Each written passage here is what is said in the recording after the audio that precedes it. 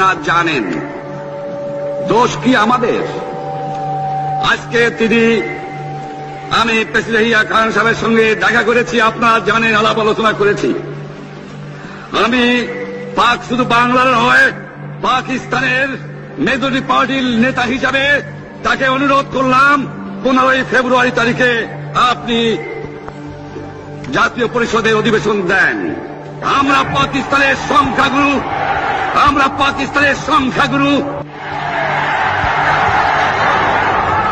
আমি অনুরোধ করছি, আপনারা আমাদের ভাই, আপনারা দেশকে একেবারে জাহান্নামে ধ্বংস করে দিয়েন না। জীবনে আর কোনদিন আপনাদের মুখ দেখা দেখি হবে না। যদিও আমরা শান্তিপূর্ণভাবে আমাদের ফয়সলা করতে পারি, তাহলে অন্তপক্ষে ভাই ভাই হিসেবে বাস করার সম্ভাবনা আছে। সেই জন্য আপনাদের অনুরোধ করছি, আমার এই দেশে আপনারা মিলিটারি শাসন চালাবার চেষ্টা করবেন না। আরো দেব, এই দেশের মানুষকে মুক্ত করে ছাড়বো ইনশাআল্লাহ। এবারে সংগ্রাম আমাদের মুক্তির সংগ্রাম, এবারে সংগ্রাম স্বাধীনতার সংগ্রাম।